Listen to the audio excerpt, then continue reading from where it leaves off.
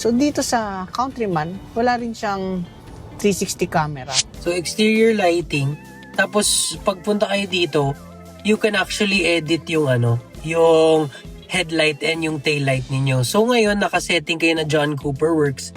Ito yung lalabas na taillight natin. Bago pa sumikat ang mga crossover SUV sa makabagong panahon, may Mini Countryman na sa market. Ito ang unang 4-seater mini SUV na may all-4. Ibig sabihin, all-wheel drive to. Pero fast forward tayo sa late 2023, naglabas ang Mini Countryman SE, ang fully electric version na may kakaibang driving experience. Hindi ito kagaya ng ibang mga crossover SUV na nawala ang all-wheel drive feature pag naging electric. Dito, nandyan pa rin ang all-4. Saka, ang ganda ng tunog niya. Narinig ko yung aggressive sound nung sa go-kart. Pero ngayon, mas instant ang hatak, mas tahimik at mas high-tech. At dahil electric na siya, may nadagdag pang features na hindi mo makikita sa combustion version.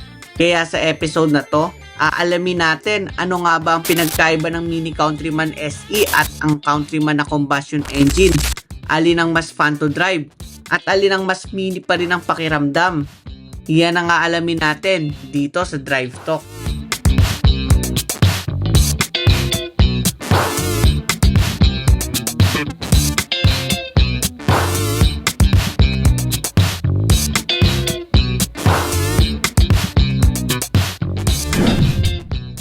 Hindi na bago ang Countryman nameplate.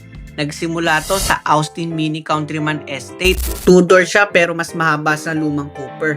Pero sa under ng BMW Group, yung estate na Countryman nag-evolve bilang crossover SUV na capable pang pamilya at kahit pang out-of-town getaway trip. Pero ngayon may option ka nang mamili kung ICE version ba or SE. Sa harap, wala naman din halos pagkakaiba ng design. Pero kung titingnan mong mabuti ang grille ng ICE, still may ventilation at may red S logo. Design lang ang grille ng electric motor at may yellow S logo na isa sa mga palatandaan para malaman kung ICE ba or electric. Sa headlight, wala pa rin pagkakaiba at kung napanood niyo yung ibang episode natin sa Aceman at Cooper, same lang din sila na may option kang baguhin ang headlight trim. So exterior lighting, tapos pagpunta kayo dito, you can actually edit yung yung headlight and yung taillight ninyo. So ngayon nakasetting kayo na John Cooper Works. Ito yung lalabas na taillight natin. Yan din yung harap natin. Napansin nyo yung sa harap na kita nyo yun. So palitan natin siya ng favored. Ayan, nagbago rin siya. Kita nyo yun. Pati yung dito sa likod, nagbago din siya. Iba rin yung Ang classic, ito yung lalabas na Union Jack. Union Jack yung taillights nyo, yung UK flag. And then yung harap nyo, ayan sir kung makita nyo. Diba? Tapos pag i-John Cooper Works ko, yan, may hati siya sa Then kapag favored, yung parang smiley. Sa likod, hindi naman nawala ang iconic boxy design. Pero dito, mas modern at luxury touch sa likod. Unlike sa naunang mas sporty. At kung ikukumpara natin ang ICE at SE, same lang silang may LED tail lamp. At sa S logo lang makikita ang difference. Sa gilid, halos pareho lang silang may plastic cladding. Side mirrors with repeaters. All for badge sa likod. Roof rail. At kahit yung mugs, pareho lang na alloy wheels na may sukat na 245, 40, R20 tires. Pareho naman silang may 6 parking sensor sa unahan at sa likod. Naka-power tailgate ang trunk ng Countryman sa parehong trim. Hindi rin mabagal ang power tailgate niya kaya okay na okay. Kung space ang pag-uusapan, parehong may spacious na cargo. At ang difference lang ng ICE sa SE, yung ICE walang net. Pero ang parehong trim may LED cabin light. 12-volt socket. Extra storage. At may underfloor storage na may kalaliman kaya okay na okay lagyan ng ibang gamit. Kung bitin kayo sa space, naka 40-20-40 split ang second row. Ang makina naman ng Mini Countryman S, all-4 ay may 2-liter, 4-cylinder, mini twin power turbo na may 204 horsepower at 300 Nm of torque paired with 7-speed dual clutch transmission, habang ang Countryman SE all-4 naman ay may electric dual motor engine made it with 313 horsepower at 494 Nm of torque. Kung usapang charging, Kung gagamit ka ng 130 kilowatt DC charging power from 10 to 80%, tumatagal ng 29 minutes. At kung sa 11 kilowatt AC charger ang gagamitin, tumatagal ng 6 hours and 15 minutes. May driving range naman to ng 433 km. Pareho naman sila ng mga safety features at ito naman ang mga inclusions. Bago pumasok sa Countryman, may mini welcome lights siya at wala rin halos pagkakaiba ang ICE at SE. Nagkakaroon lang ng pagkakaiba sa interior, depende kung anong interior color ang bagong dating. Ganito naman ang itsura ng blue. At ito naman kapag brown. Playful pa rin ang design, may mga ambient lighting, heads-up display. Sa steering, may controls ng cruise control at head unit. Maganda naman ang upuan, naka-sport seat at may power seat adjustment, memory at massage function. Kung usapang space, maganda naman ang legroom at headroom. May manual tilt and telescopic steering adjustment. Circular OLED display ang infotainment na may built-in navigation. Plus pwede mo rin makita ang mga available gasoline station kung ICE variant ang kinuha mo. At kung SE naman, makikita mo naman ang mga available charging station sa map. Para naman sa bagong user at hindi mo mahanap ng air condition control, nasa infotainment na lahat. Equipped naman ng Harman Kardon ng sound system ng Countryman. Sa ilalim ng infotainment, nandun ang shift lever, engine start-stop switch, driving mode, driver assistant, wireless charging pad, extra storage, dalawang cup holder, center console na may katamtamang space, another extra storage, 12-volt socket, dalawang Type-C port, at armrest. May moonroof, LED map light, at ang sun visor may mirror with LED light. Okay naman ang legroom at headroom ng Countryman sa likod. Kung may uupo naman sa gitna, pareho silang may tunnel. Ang difference lang, parang mas mataas ang sa ICE variant compared sa SE. Pero pareho naman silang may armrest, dalawang cup holder, rear aircon vent, dalawang Type-C port, extra storage, at LED cabin lights.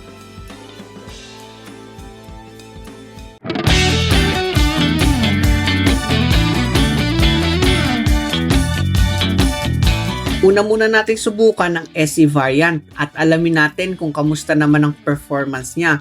Pero bago yan, babanggitin na natin ang driving mode ng Countryman. Take note na ang driving mode nila ay pareho lang at walang pagkakaiba.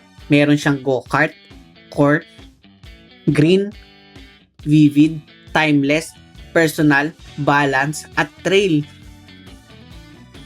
So ngayon, susubukan naman natin tong 2025 Mini Countryman, yung electric. So kagaya nga ng na-drive nating Aceman, dito sa Countryman, malaki din yung turning radius niya. Same din na malambot din yung steering. Okay na okay. Perfect sa mga city drive. So, gusto ko rin talaga dito yung heads-up display niya. Dito sa Countryman, na-adjust din yung heads-up display niya. Pwede mo rin siyang i-off kung hindi kayo komportable. Pero dito, masusubukan muna natin yung efficient mode. Yun yung parang eco mode sa ibang kotse. Pero sa Mini, efficient yung tawag. So, yung vision niya, okay din. Hindi kayo maninibago. Parang walang blind spot yung sasakyan to kasi ang lilit ng mga A-pillar niya. Saka yung sa mga mirrors niya, okay din. So dito sa Countryman, wala rin siyang 360 camera. Pero meron kayong 360 sensor na sobrang accurate saka sensitive. Kaya talagang hindi kayo mahirapan pagdating naman sa mga tight spaces. Dito sa suspension niya, mas gusto ko. Mas malambot to. Kung i-compare ko siya sa Aceman, nandun siya sa firm, yung sa Aceman, pero ito, nandun yung mas maganda yung comfort level. Saka yung steering niya, saktong-sakto, swabing-swabe. Efficient naman niya, napansin ko na may power siya eh. In-expect ko pag mga efficient mode, hindi siya mabilis, pero dito sa Countryman, ramdam ko rin yung power niya. Pero advantage mo kasi, pag naka-efficient ka, mas makakatipid ka sa battery. Kasi itong Countryman is full electric. Yung braking system naman niya, sakto din, swabe din. Hindi siya may bite, hindi naman din siya sobrang lalim, sakto lang. So dito, naramdaman ko yung yung regenerative braking niya. Na kapag binitawan niyo yung throttle, nag-automatic siya mag-brake. Tama sir, no? Yes, actually mas siya sir, mas sensitive siya pagdating sa efficient mode. Mas aggressive yung regenerative braking. Oh. And pansin nyo sir, kapag mag-brakes kayo, ito tingnan nyo sir, mag-brakes kayo. Ayan, ibig sabihin nagre-regenerate, yun yung icon na nagre-regenerate siya. Nag-feedback siya with the kinetic energy made from yung braking natin. Nag-feedback siya sa battery. Dito, kahit hindi mo na kayo totally mag-brake, pitik-pitik lang. So ngayon naka-core tayo. Yung core, yun naman yung parang normal mode sa ibang kotse. Pero napansin ko, mas ramdam ko yung regenerative braking niya sa yung parang eco mode. Sa core, sakto lang. Pero ramdam ko yung power niya. Actually, matuli na siya eh. Naririnig ko rin yung niya, yung parang go-kart na may yung style. Pero mahina pag naka-core. Pero mas gusto ko yun kasi usually electric tahimik eh. Gusto mo yung medyo may mga engine noise, especially kung spirited driving kayo. So, ngayon subukan naman natin yung go-kart. So, dito sa Countryman, nagbabago yung ambient lighting niya kapag nagsuswitch kayo ng driving mode. So, dito, yung go-kart, mas firm yung steering niya, which is better. Kasi sobrang lambot talaga ng steering niya kapag naka-core. Yun sa go-kart, saktong-sakto lang. Saka, ang ganda ng tunog niya. Narinig ko yung aggressive sound nung sa go-kart. Saka pagdating sa corner, since all-wheel drive to, ramdam ko rin yung kapit niya. So ngayon subukan natin yung, may pops and bangs siya. Pero overall, okay na okay yung go-kart. Mag-e-enjoy kayo dito sa Countryman. So kahit SUV siya, hindi nyo na kailangan mag-sports car kung family man na kayo, okay to pang enjoyment. So dito lang sa Countryman, wala nga lang siyang paddle shifter pero hindi mo naman totally kailangan na eh. Kasi aanin mo pa yung paddle shifter kung nagpa-pops and bounce na siya sa go-kart. Saka rinig mo yung pagka-aggressive sound niya. Para sa akin, okay na ako ron. Nakaka-enjoy naman siya. So sa city, okay din kasi hindi naman siya totally malaki. Tamang-tama lang yung size niya. Pero nandun pa rin yung forma.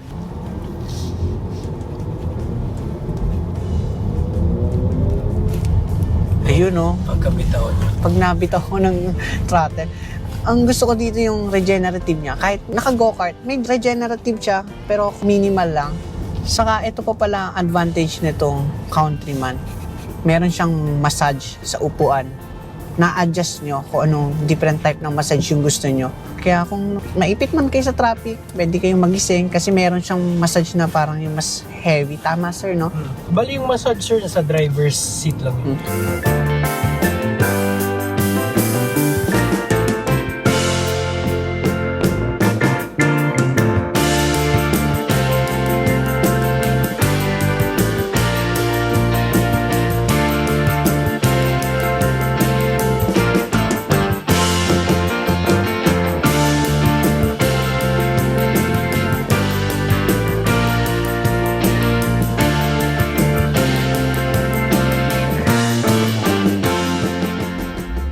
Ngayon, testingin naman natin tong Countryman pero hindi ito yung electric. Ito yung combustion engine niya. So dito, rinig na rinig ko yung rev niya pag ini-start. Parang mga malalaking kotse yung tunog niya. Medyo parang nakakatuwa siya sa ganung kasi nasanay na tayo sa mga electric ng Mini. So napansin ko dito, magkakapareho yung steering nila. Gusto ko. Although ito malaking sasakyan, pero magaan din yung steering niya. Saka isa sa nagustuhan ko talaga sa mga Mini, especially dito sa Countryman, yung driving experience niya. Lalo na dito sa unit na to, ay bukas yung hood. Sige, sige. So, ang galing dito sa Countryman, pag nakabukas yung hood, magwo-warning siya. Nalabas siya dito sa infotainment na nakabukas yung hood nyo. Nag-warning siya kahit sa pinto ko na, nagbukas ka ng pinto. Nag-warning siya. Saka dito, pag inalis ko yung seatbelt ko, automatic gumagalaw yung upuan para mas madali ka makababa. So, testingin naman natin ang core. As usual sa mga mini cars, so dito din, kahit combustion engine siya, may tunog siya kada palit nyo ng mga modes. Mas gusto ko yung tunog nito, mas rinig.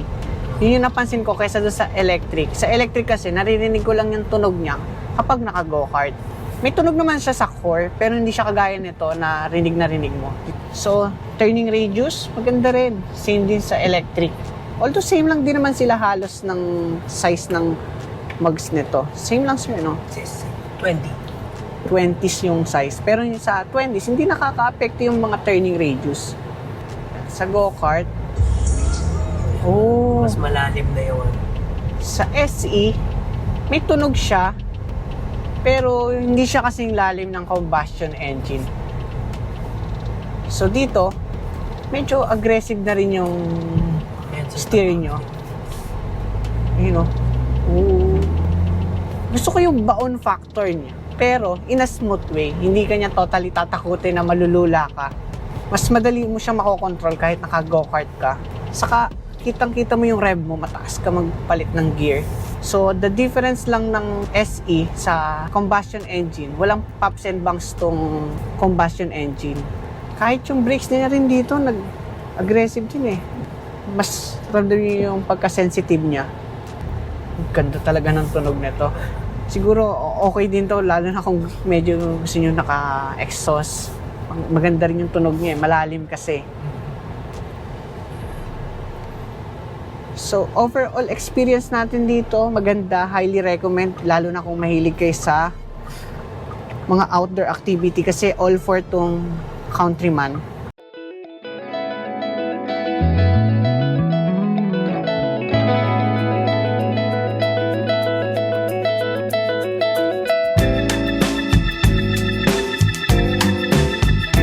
Iba talaga ang driving experience ng Countryman.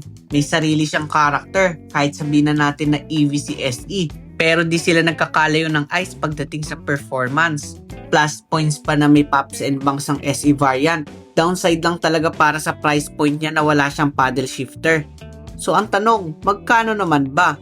Ang Mini Countryman SE All-4 ay nagkakahalaga ng 3,899,000 Philippine peso at available naman to sa 4 na kulay kagaya ng smoky green, melting silver, legend gray, at midnight black.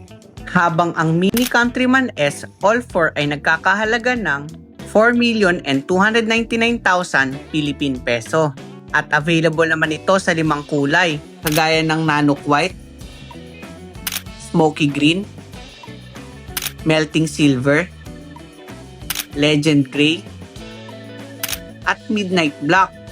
At kung hanap mo naman ay mini cars, visit lang sa Mini BGC at hanapin si Sir Brian Abao or si Sir Mark Bacalso or si Ma'am Zane Bermudez for inquiries. Sabihin mo na lang na panood mo dito sa Drive Talk by Aljay. At kung nagustuhan mo naman ang episode na to, don't forget to like, comment, share, and subscribe. At i-click mo na rin ang notification bell para lagi kang updated. Kita-kits sa next episode ng Drive Talk.